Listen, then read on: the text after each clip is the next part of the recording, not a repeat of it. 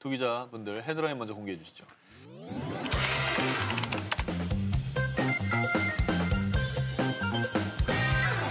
모든 전설의 시작, 신화연대기 19, 저 정 기자의 1위 후보를 공개합니다. 세종 21년 함길도 도절제사의 보고에 의하면 우지개가 전하길 그해 11월에 사냥꾼이 곰 사냥을 하다가 나무의 빈 구멍에서 방울 소리가 나서 나무를 베보니 두 여자가 모두 아이를 데리고 있었다 한다. 사냥꾼이 물어 두 여자가 대답하기를 수곰의 협박에 당하여 아이를 낳았다고 하였는데 그 아이의 얼굴이 반은 곰의 모양과 같았다고 한다. 이게 조선시대라고? 놀랍게도 이 이야기는 실제로 우리나라 세종실록 86권에 기록된 이야기입니다. 우지개는 오늘날 러시아 연해주에 거주하는 소수민족 우데게족으로 우데게족이 곰의 아이를 낳았다는 얘기입니다. 그래서 지금까지도 자신들이 곰의 후예라 여긴다고 합니다. 우리나라 단골 신화에도 곰이 등장하는데 이 러시아 신화와 좀 연결고리가 있네요. 그 문헌이 심지어 세종실록에 등장한다니. 그렇습니다. 놀라운 거예요. 자, 그런데요. 러시아의 우데게족에게는 더 사연 깊은 전설이 내려오고 있습니다.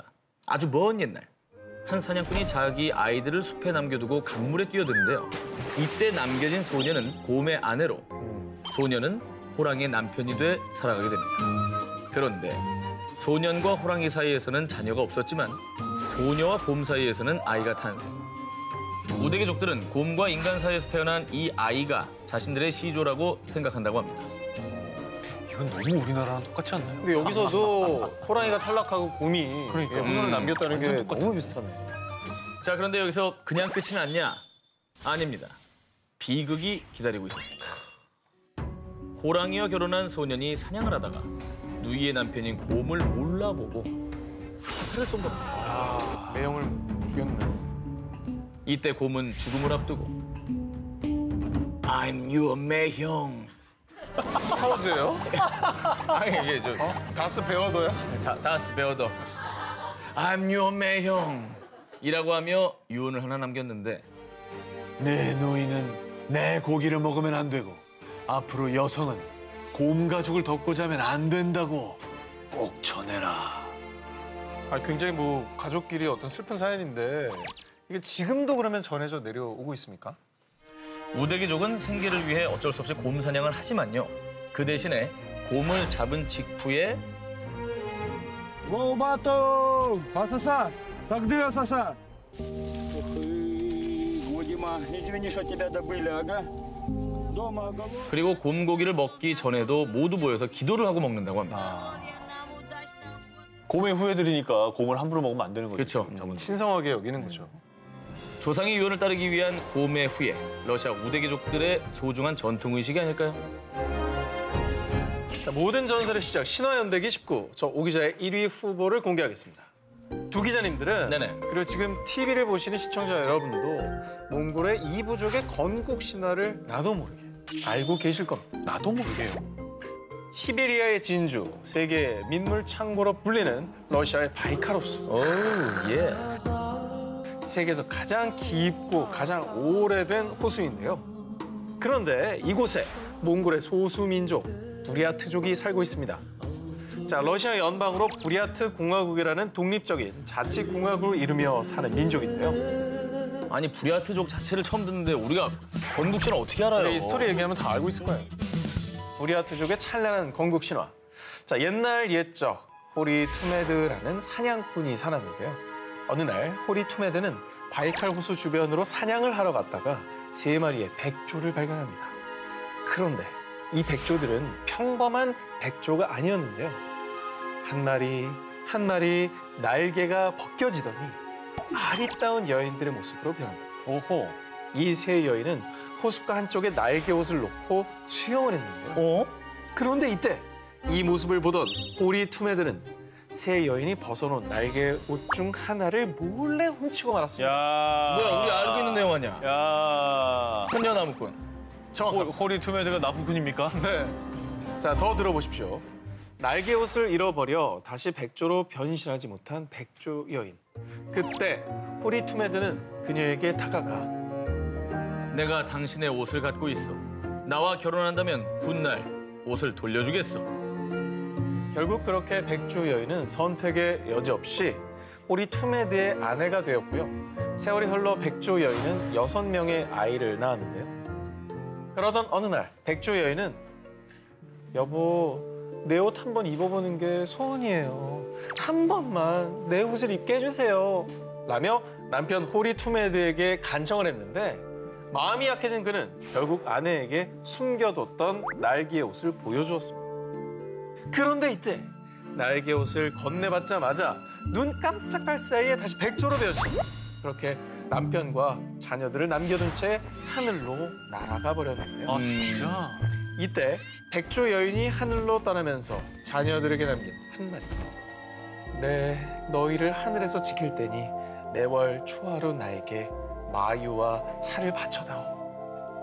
이후 백조의 자녀들은 매월 한 차례씩 몽골인들에겐 생수와 같은 말의 젖, 마유죠. 마유와 차를 제물로 바쳐 제사를 지냈고요. 부리아트족은 훗날 이 자녀들이 부리아트족의 시조가 된 거라고 믿고 있다고 합니다. 되게 비슷하다. 자, 그래서 몽골의 부리아트족은요, 지금도 백조의 인간 모습이었던 여성 천신을 숭배하고요. 여성 천신 제사 때마다 마유와 차를 바치고 있다고 합니다.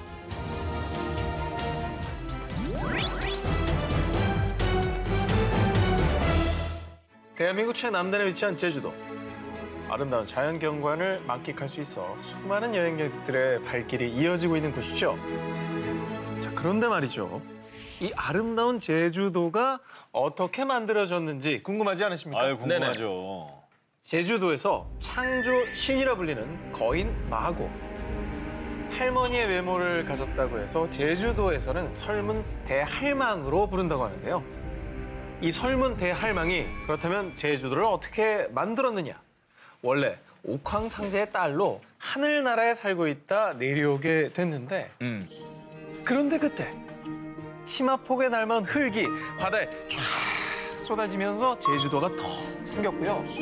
그중에서 흙이 가장 높게 쌓인 곳이 제주도의 상징인 한라산이 됐다고 합니다. 이게 흙이 많이 쌓이는 데군요. 그렇죠. 높게 쌓인 곳이 한라산이 됐다는 얘기죠. 네. 자, 그리고 거인 설문 대할망의 키가 얼마나 컸냐면요. 한라산을 베개 삼아 누워 발을 쭉 뻗으면 섬의 절벽에 닿았는데 할망의 발가락이 콕 박혔던 자리에 생긴 구멍이 바로 저 서귀포에 있는 범섬의 콧구멍 동굴이고요. 이야. 네. 자, 그리고 설문 대할망이 소변을 보다가 이 소변 힘이 또 얼마나 셌겠습니까? 섬의 한 귀퉁이가 그것 때문에 툭 떨어져 나갔는데 그때 생긴 땅이 소가 누운 모습이라는 우도라고 합니다. 소변발에 튄 흙이 우도가 됐군요. 예, 너무나 힘이 또 셌던 나무죠. 네. 근데 불만이 하나 있었다고 합니다. 네? 불만이요? 할망, 육지와 떨어져 있으니 너무 불편해요. 다리 하나만 만들어주세요. 그럼 내 속옷을 새로 지어주면 다리를 만들어주마. 아기 할머니. 예, 좀 너무 친절하지 않나요? 아니 좀 독이 든 사과를 줄 것 같은 그러니까. 그런 목소리인데. 아, 진짜 친절한 할머니 연기한 건데. 그래서 제주도 사람들은 섬에 있는 천이란 천을 모두 모았는데 결국 실패했습니다. 그래서 할망은 또 칼같이 다리 건설을 중단했습니다. 자, 그러자 할망은 키가 아무리 커도 저 연못 깊이보단 작죠? 뭐? 내 키보다 더 깊은 연못은 이 섬 안에는 없어. 헤이, 그럼 한번 들어가 보세요. 자존심이 상한 설문 대할망은 사람들이 시키는 대로 물장오리 연못까지 들어가게 됐는데 몇 발 들어가니 물이 할망의 가슴까지 차는 겁니다. 어머. 그래도 자존심 때문에 더 깊게 들어갔고 그렇게 할망은 연못 속으로 사라져버렸다고 합니다. 못됐네 사람들이. 마지막이 되게 가슴 아픈 이야기네요. 좀 슬픈 결말이에요. 그래, 할머니 뭐를 잘못했다고. 자, 그래서요. 지금 제주시 조천읍에선 5월만 되면 설문 대할망을 기리는 제2의식, 공연 등 설문 대할망 페스티벌을 개최하고 있다고 합니다. 모든 전설의 시작, 신화연대기 19, 6위를 공개합니다.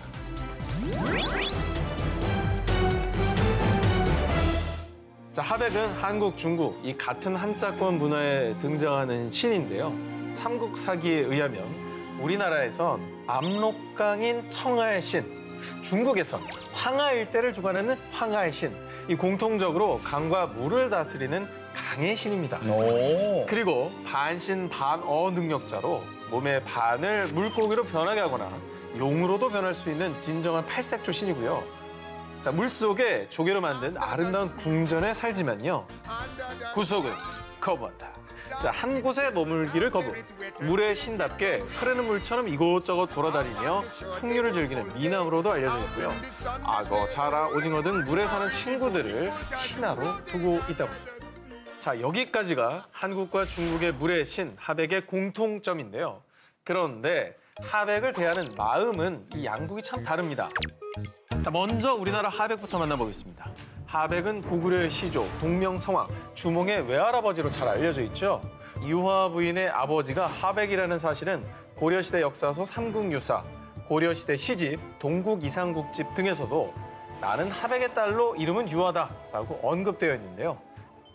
그런데 하백은 자신의 딸 유화가 처녀의 몸으로 이 천재의 아들인 해모수와 정을 통한 것도 모자라 해모수가 유화를 두고 홀로 하늘로 돌아가 버리자 가문을 더럽혔다며 딸 유화를 내치고 맙니다. 아이고. 이후 유화 부인이 주몽을 당하는데요. 그런데 이 주몽이 자신을 시기에 해하려는 왕자들에게서 도망치던 중 강 때문에 발이 묶이자 난 수신 하백의 외손자다. 강을 건너게 해다오. 하백의 손주 사랑은 지극했나 봅니다. 손주를 위해 물의 신인 자신의 힘을 이용 물고기와 자라로 다리를 척척 만들어 손주를 도와줍니다.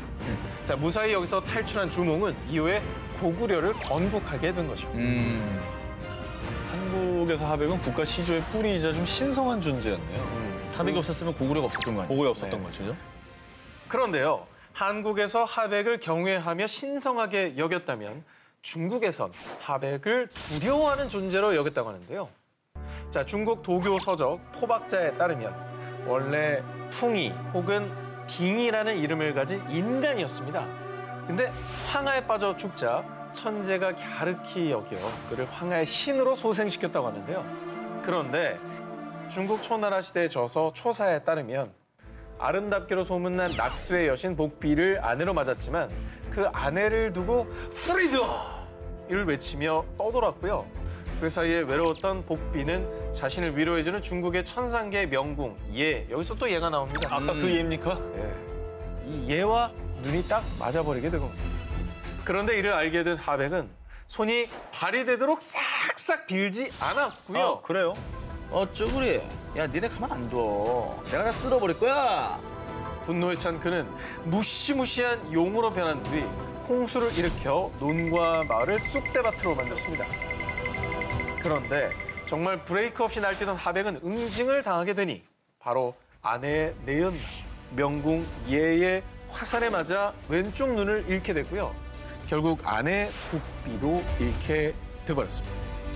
하나의 이름을 가진 한국과 중국의 신, 같은 듯 다른 신성 살벌한 수신 하백이었습니다. 모든 전설의 시작 신화연대기 19 4위를 공개합니다.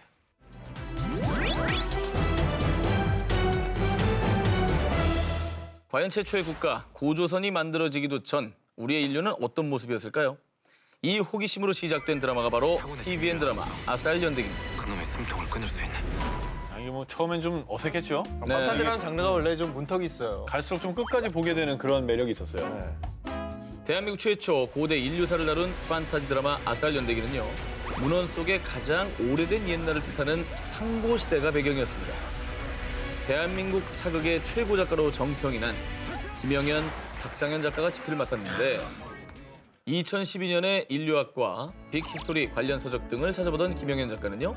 국가를 받아들이지 않고 다른 선택을 해서 나갔다 이런 내용의 강의가 있었는데 그걸 보고 내가 태고의 땅에 대한 이야기를 써보고 싶었다고 합니다. 상상해 본 적이 없는 시대이기에 쉽게 상상조차 되지 않는 아스달 연대기. 그래서 이미 떡한 분들과 지금 뒤늦게 빠진 분들을 위한 저 정 기자의 알솔 신학. 알고 보면 쏠쏠하고 신기한 아스달 연대기. 그 포인트만 콕 집어드립니다. 먼저 도대체 아스달 연대기의 아스달이 뭐냐? 드라마의 무대이자 태고의 땅 아스의 중심지 아스달은요.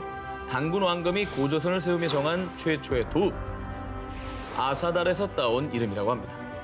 자, 그런데요. 우리나라 최초의 인류로 한정짓지 않고요. 우리 인류의 공통적인 이야기라는 느낌을 주기 위해서 지구, Earth라는 단어를 따서 아스달이라는 새로운 도시를 창조해낸 것이죠. 그게 그렇게 해서 이름 지은 거야. 아사달, Earth달, 아스달 이렇게 그렇게 된 겁니다. 자, 그러면 우리 인류가 시작된 아스달에는요. 누가 사느냐? 먼저 아스달의 핵심 부족 중 군사를 담당하는 생역족 데칸 부대의 수장, 타곤역의 장동건 씨. 포스가 엄청났습니다. 너를 만나려 한다. 네, 저 머리, 저 헤어스타일 한번 해보고 싶더라고요. 안 돼요. 그래요? 저걸 하겠다고요? 결사 반대입니다. 어울리지 않을까요? 안 돼. 네. 딸이 무서워해. 네. 또 김옥빈 씨는 청동 기술을 보유한 해족 족장의 딸 태알하. 우리 해족과 연합을 하겠다는 건데. 그리고 아스달과 대흑벽을 경계로 맞닿은 또 다른 미지의 장소 이아르크에 살던 희족 사회 부족인 와한족이 타곤의 데칸 부대에 의해 아스달로 끌려왔는데 바로 이 와한족 씨족 어머니의 후계자 타냐가 바로 배우 김지원 씨입니다. 그렇죠. 예뻐.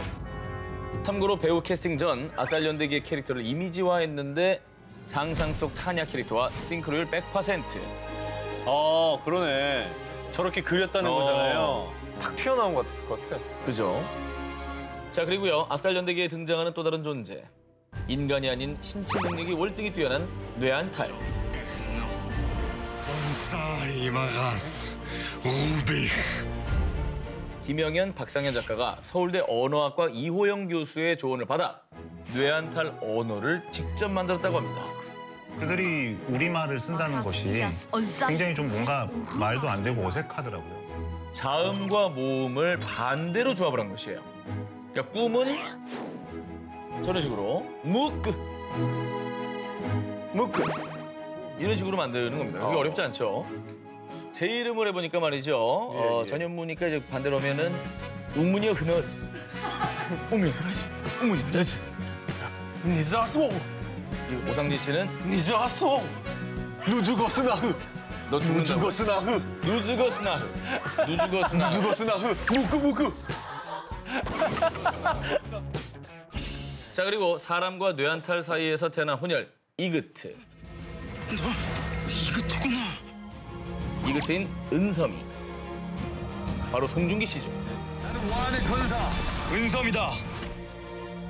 어린 시절 함께 자란 와한족의 타냐를 구하기 위해 아스달로 가면서 일어나는 대립과 화합, 사랑 등의 과정을 담고 있습니다. 두 작가가 은섬 캐릭터를 구상하면서 only 송중기를 고집했다고 합니다. 은섬이 사람과 뇌안탈의 혼혈이었잖아요.